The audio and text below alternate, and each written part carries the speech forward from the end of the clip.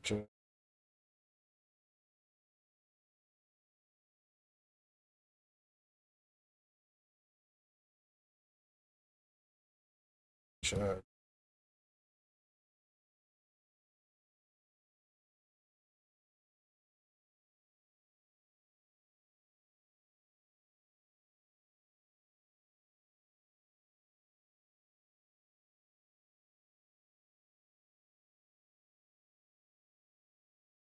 Check. Check. Okay.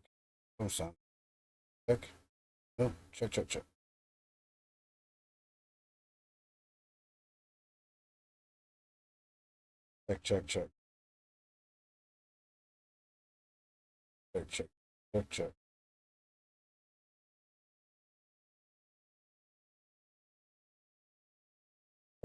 Check. Check. That sound. Yeah. Okay. Huh? Sound. Goodness. Morning. So do search on my project and came across a story, and as I was reading it, I thought, well, justice and reader story. So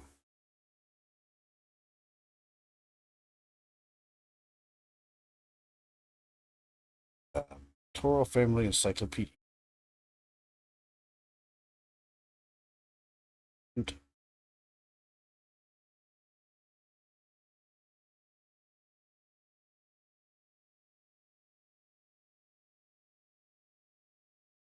Or uh,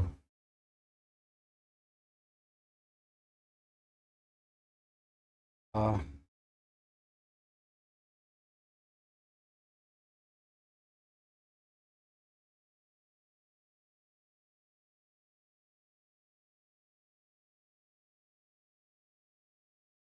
this is Mary Queen of Scots, which I don't recall recording before.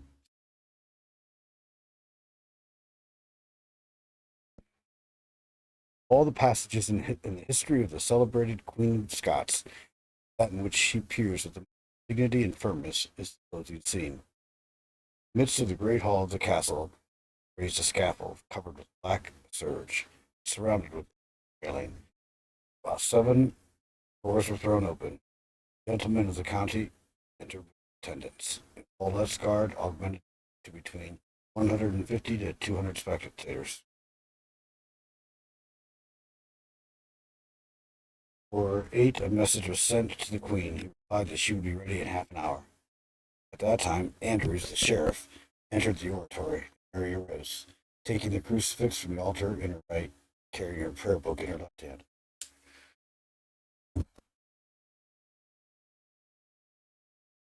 Her servants were forbidden to follow. Insisted, but the Queen bade them to consent. Turning, gave them her blessing. Seated on their knees, and some kissing her hands and others her mantle. The door closed, and a burst of lamentation from those within resounded throughout the hall. Mary was now joined by girls and her keepers. Descending the staircase, found at the foot Melville, the steward of her household. For several weeks had been excluded from her presence. This old and faithful servant threw himself on his knees and wringing his hands exclaimed, "Ah, madam, unhappy me! Was ever a man on earth the bearer of such sorrow?" Uh, as I shall be when I report that my good and gracious queen was beheaded in England.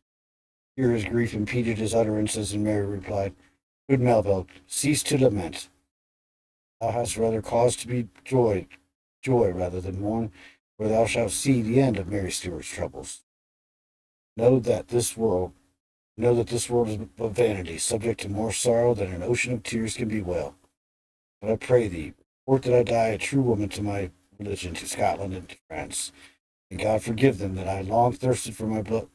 God forgive those that long thirsted for my blood, as the heart doth for the brooks of water. O God, thou art the author of truth, and truth itself. Thou knowest the inward chambers of my heart, my thoughts, and I always wish the union of England and Scotland. Commend to me my son. Tell him I have done nothing prejudicial to the dignity and independence of his crown, or favorable for the pretended superiority of our enemies. Then bursting into tears, she said, "Oh, Melville, farewell, and pray for thy mistress and queen." Drying her tears, she turned from Melville and made her last request, that her servants might be present at her death.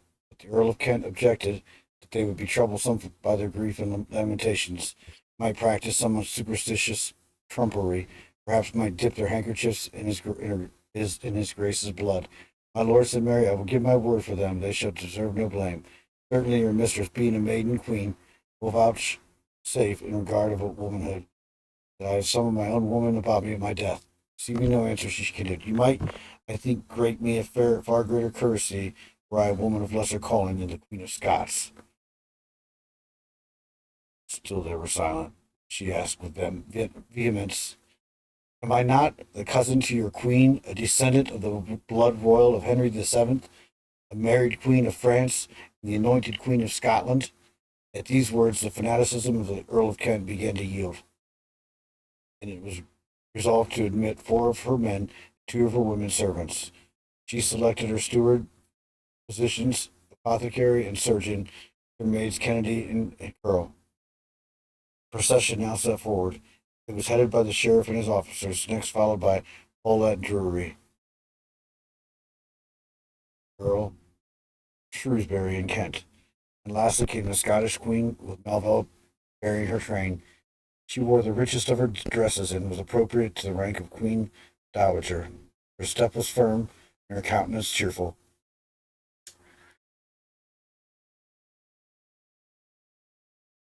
She bore without shrinking the gaze of the spectators and the sight of the scaffold, the block, and the executioner, and advanced into the hall with that grace and majesty which she had so often displayed in her happier days and in the palace of her fathers. To her aid, as she mounted the scaffold, Bullet offered his arm. "I thank you, sir," said Mary. "It is the last trouble I shall give you, and the most acceptable service which you have ever rendered me." The Queen seated herself on the stool which was prepared for her. On her right stood the 2 earls, on her left the sheriff, and Beale, the clerk of the council, in front of the executioner from the tower, in a suit of black velvet, with his assistant also clad in black. The warrant was read, and Mary, in an audible voice, addressed the assembly. She would have them recollect also that she was a sovereign princess, not subject to the Parliament of England, but brought there to suffer by injury, injustice, and violence.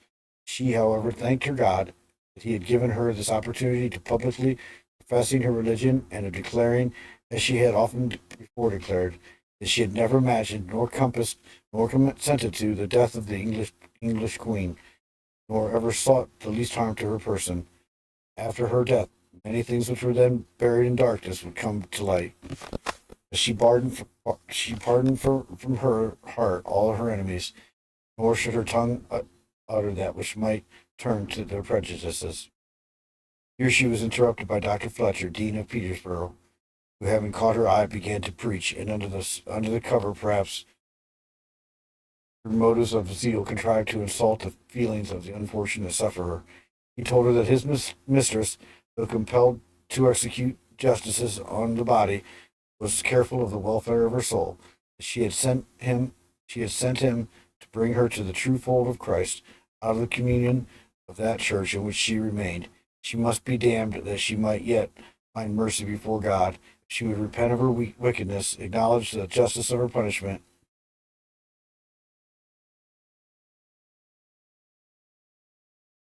and profess her gratitude for the favors which she had received from Elizabeth.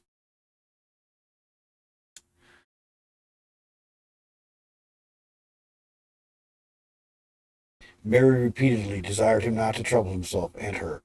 He persisted, and she turned aside. He made the circuit of the scaffold and again addressed her in the front. An end was put to this extraordinary scene by the Earl of Shrewsbury, who ordered him to pray. His prayer was at the echoes of his sermon, but Mary heard him not. She was employed at the time in her devotions, repeating with a loud voice and in the Latin language passages from the book of Psalms. And after the dean was reduced to silence, a prayer in French, in which she begged of God to pardon her sins, declared that she forgave her enemies, protesting that she was innocent of ever consenting in wish or deed the death of her English sister. She then prayed in English for Christ's afflicted church, for her son James, for Queen Elizabeth, and in conclusion, holding up the crucifix, holding up the crucifix, exclaimed, "As thy arms, O God, were stretched out upon the cross, so receive me into the army of thy mercy and forgive me for my sins." "Madam," said the Earl of Kent, "you had better leave such pompous trumperies and bear him in your heart." She replied, "I cannot hold in my hand the representation of his sufferings, but I must at the same time bear him in my heart." With her maids bathed in tears, began to disrobe their mistress, as the executioners, fearing the loss of their usual requisites, hastily interfered. The queen remonstrated, but instantly submitted to their rudeness, observing to the earls with a smile that she was not accustomed to employ such grooms or to undress in the presence of so numerous a company. She then seated herself again, Kennedy taking from her a handkerchief edged with gold and pinned it over her eyes. The executioners led her to the block. The queen, kneeling down, said repeatedly with a firm voice, "Into thy hands, O Lord, I commend my spirit." But the sobs and groans of the spectators disconcerted the headsman. He trembled, missed his aim, and inflicted a deep wound in the lower part of the skull. The queen remained motionless, and at the third stroke her head was severed from her body. When the executioner held it up, the muscles of his face were so strongly convulsed, features could not be recognized. He cried, as usual, "God save Queen Elizabeth!" Wow. First opened this encyclopedia, but I did not see that story coming in. I had a reading for me. I just couldn't believe it. That's how it ended. Um, what a fucked up world we live in. Even that was way back when, but off today. Wow.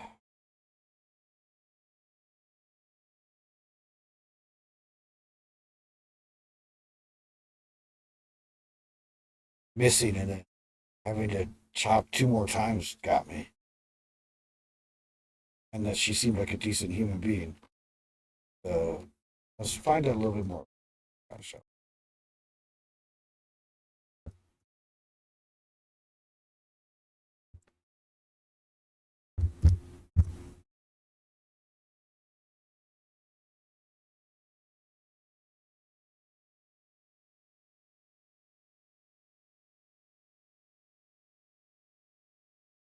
Was Mary Stuart, Mary the First of Scotland, was Queen of Scotland from December 14th, 1542, till her forced, uh, till her forced abdication in 1567. Only surviving legitimate son of James V of Scotland, Mary was 6 days old when her father died. She inherited the throne. She was only 6 days old. Wow. During her childhood, Scotland was governed by regents. First by the heir to the throne, James Hamilton, Earl of Arran, then by her mother, Mary. 1548, she was betrothed to Francis, the Dauphin of France, and was sent to be brought up in France, where she would be saved from forces during the rough wedding. Rough woo. A lot of stuff unspoken. She'd be safe from the English. You're never safe from the English. They're bastards. Mary married Francis in 1558, becoming Queen Consort of France from his ascension 1559 until his death in December. Uh, she was married 1558 and widowed by 1560. Oh, was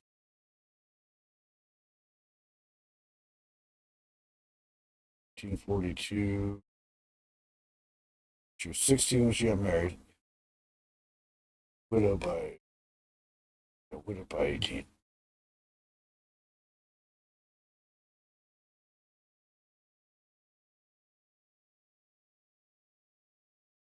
He died.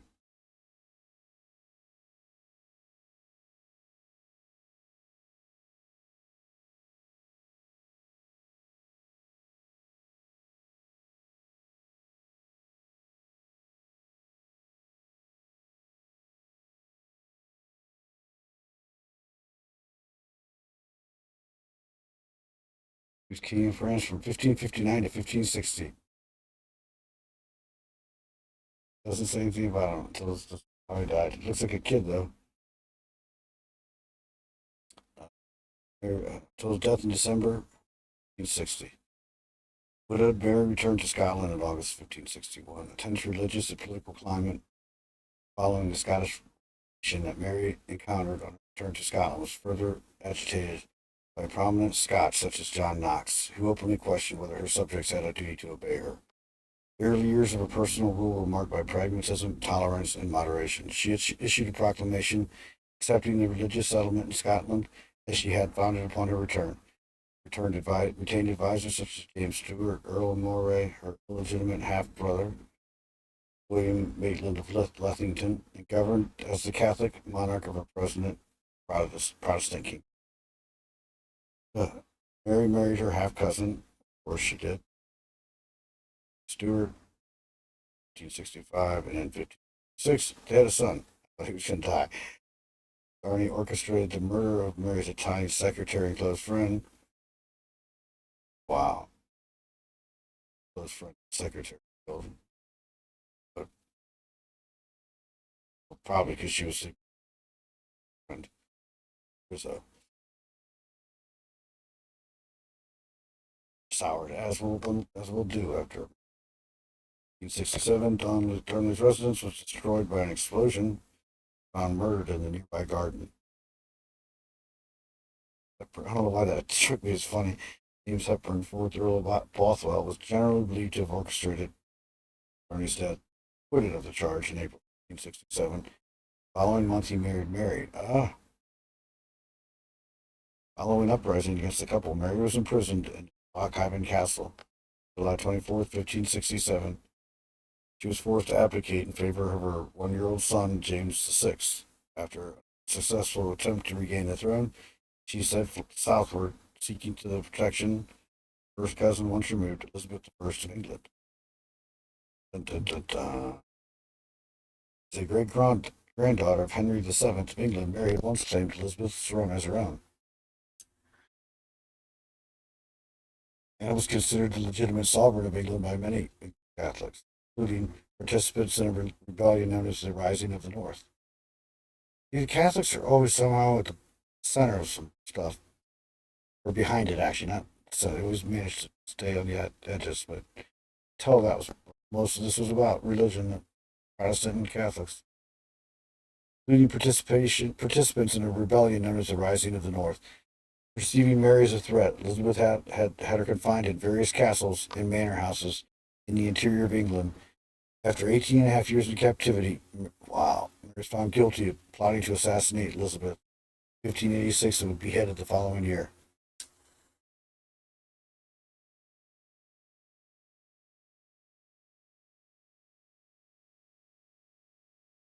For life.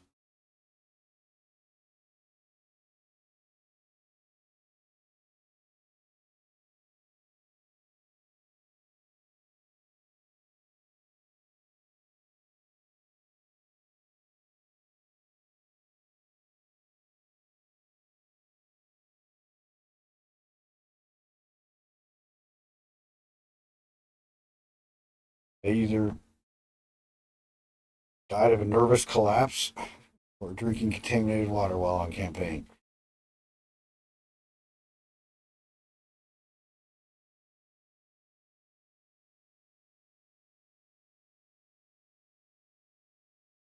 Gang with the lass and they will gang with the lassie, whatever that means. That's what he proclaimed.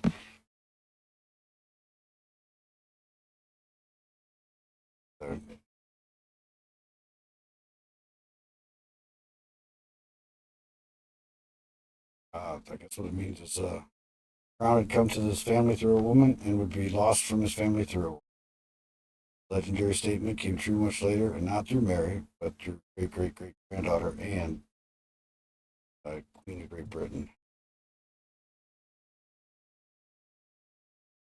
It was an interesting story. That's all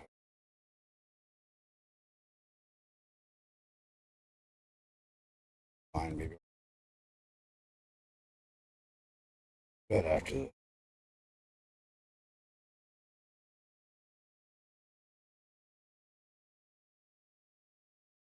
Oh, I just darn it.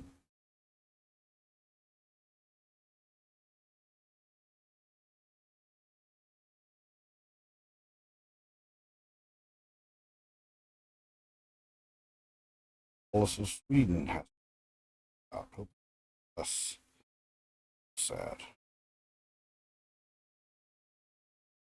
Also, Sweden, some 300 or 400 years ago. What? It's pretty good encyclopedia. At least they admit they don't have it. 300 or 400 years ago, the two small kingdoms of Denmark and Sweden were in a continual state of feud with each other, in much the same manner as England and Scotland used to be about the same period and very near the same causes. It's religion. It was always a great object with the Danes to add Sweden to their monarchy, an arrangement which the Swedes by no means liked, by which they more than once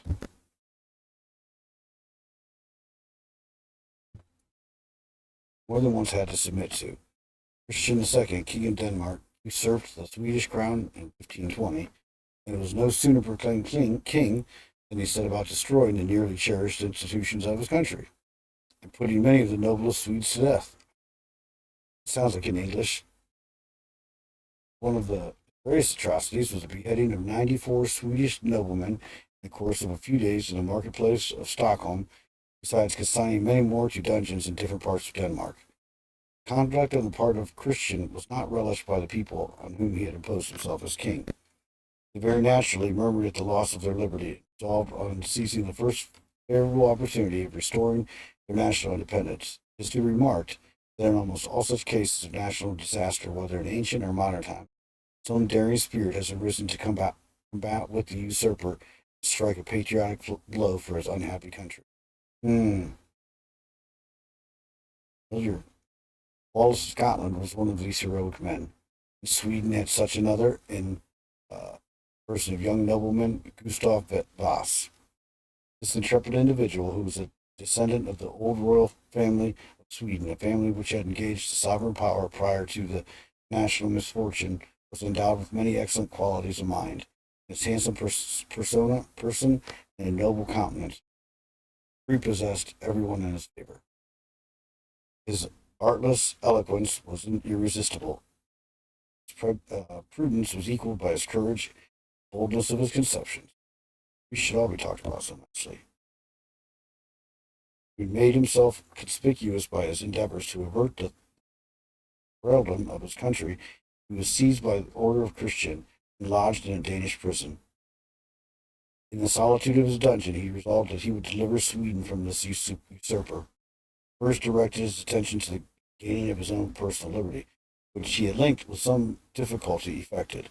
Forthwith fled in the disguise of a peasant, taking a path which led him back to his country. The adventures of Gustavus are now full of interest.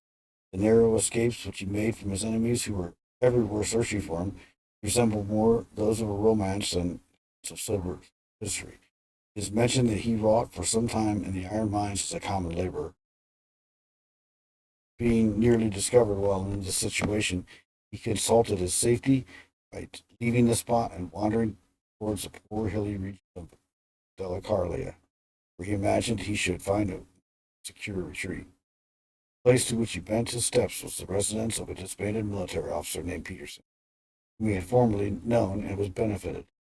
Peterson, we here quote the account given by Sir Robert Porter in his travails in Russia and Sweden. Peterson received him with every mark of friendship. I treated him with the respect and submission which noble minds are proud to pay to the truly great when robbed of their external honors. He seemed more afflicted by the misfortune of Gustavus than that the prince was himself, and exclaimed with such vehemence against the Danes that instead of awaiting a proposal to take up arms, he offered, unasked, to try the spirit of his mountaineers, and declared that he himself and his vassals would be first to set an example and turn under the command of his beloved general. Gustavus rejoiced to find that he had at last found a man who was not afraid to draw a sword in defense of his country, and endeavored by the most impressive arguments and the prospect of a suitable recompense for the personal risk he ran to confirm him in so gracious a resolution. Peterson answered with repeated assurances of fidelity. He named the gentlemen and leading persons among the peasants whom he hoped to engage in the enterprise. Gustav relied on his word, and promising not to name himself to any while he was absent, some days afterwards saw him leave the house to put his desires in execution. It was indeed a design and a black one. Under the spacious cloak of a zealous affection for Gustavus, the traitor was contriving his ruin. The hope of making his court to the Danish tyrant and the expectation of a large reward made this second Judas resolve to sacrifice his honor to his ambition for the sake of a few ducats, violate the most sacred laws of hospitality by betraying his guest. Bastard. Pursuant to that base resolution, he went straight to one of Christian's officers commanding in the province and informed him that Gustavus's prisoner, having committed this treachery, had not courage to face, of course he didn't, to face his victim and telling the Danes how to surprise the prince, who he said believed himself to be under the protection of a friend. Shame to manhood to dare to confess that he could betray such a confidence. He proposed taking a wider circuit home while they, apparently unknown to him, rifle it of his treasures. It will be an easy matter, he said, for not even my wife knows that it is Gustavus. According to the officer, at the end of a party of well-armed soldiers marched directly to the lake. The man invested the house while the leader, abruptly entering, found Peterson's wife, according to the fashion of those days, employed in culinary preparations. Some distance from her sat a young man in a rustic garb, lopping off the knots from the broken branch of a tree. The officer went up to her and said he came in King Christian's name to demand the rebel Gustavus, who he knew was concealed under her roof. The dauntless woman never changed color. She immediately guessed the man whom her husband had introduced her as a minor son to be the Swedish sheriff. The door was blocked by soldiers, and an instant replied without once glancing at Gustavus. You mean the melancholy gentleman my husband had here for 3 or 4 days? He has just walked out into the wood the other side of the hill. Some of the soldiers may readily seize him, as he has no arms with him. Officer did not suspect the easy simplicity in her manner, and ordered part of the men to go in quest of him. At that moment, suddenly training her eyes on Gustavus, she flew up to him, catching the stick out of his hand, exclaimed in an angry voice, "Unmannerly wretch! While I sit before your betters, don't you dare see the king's officers in the room? Get out of my sight, or some of them shall give you a drubbing." As she spake, she struck him a blow on the back with all her strength, and opening the side door, "There, get into the scullery," cried she. "It is the fittest place for such company." And giving another knock, she flung the stick after him, and she shut the door. Sure, she had it in great heat. Never woman was plagued with such a lout of a slave. The officer begged she would not disturb herself on his account, but she, affecting great reverence for the king and respect for his representative, prayed him to enter her parlor while she brought some refreshments. The Dane civilly complied, perhaps glad enough to get from the side of the shrew. She immediately hastened to Gustavus, whom she had bolted in, and by means of a back passage conducted him to a moment to a certain little apartment which projected from the side of the house, close to the bank of the lake, where the fisher's boats lay. She lowered him down the convenient aperture in the seat, and giving him a direction to an honest curate across the lake, committed him to Providence. After making this narrow escape, Gustavus was not long in effecting the independence of Sweden. He took the opportunity of a festival, which the peasants of the canton assembled, and appeared in the midst of them. His noble and confident air, his misfortunes, and the general hatred against Christian, all lent an irresistible power to his words. The people rushed to arms. The castle of the governor was stormed, and emboldened by his success, the Delacarlians, who may be called the Highlanders of Sweden, there we go, locked together under the banners of the conqueror. In this moment, Gustavus entered upon a career of victory. At the head of the self-raised army, he advanced rapidly, completed the expulsion of the enemy. The estates first conferred upon him the title of administrator, and afterwards proclaimed him as king. Gustavus, however, was not ambitious of sovereignty, and would rather have remained an elected president, notwithstanding his claims of birth. It was not without a sufficient reason that he hesitated to accept the office of king. This period, 1523, Europe was torn with religious dissensions. The reigning monarchs had an extremely delicate and difficult task in persevering a balance betwixt the advocates of the reformed doctrines of their adversaries. The behavior of Gustavus on this occasion is acknowledged to have been exceedingly prudent. He effected the establishment of reformed usages to the satisfaction of all parties. After performing the important duty, he perfected the legislation formed by his taste and judgment for the character of the nation, softened manners, encouraged industry and learning, and extended commerce.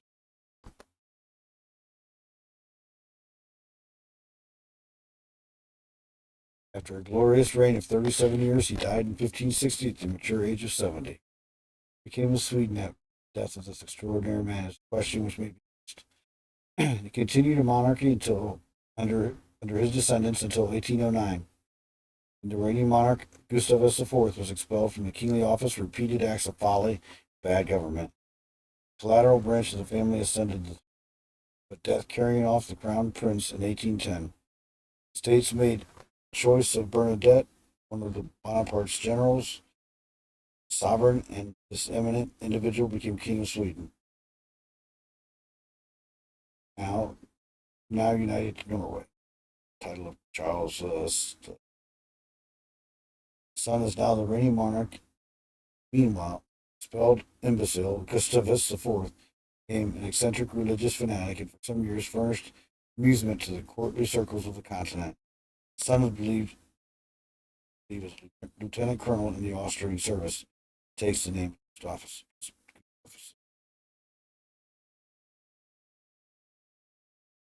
That was good. It's exciting for me. Thought, I thought it was curtains for old Gustavus. Thank God the wife had a pair on her and saved that. All right, well, no more. We'll read more tomorrow night.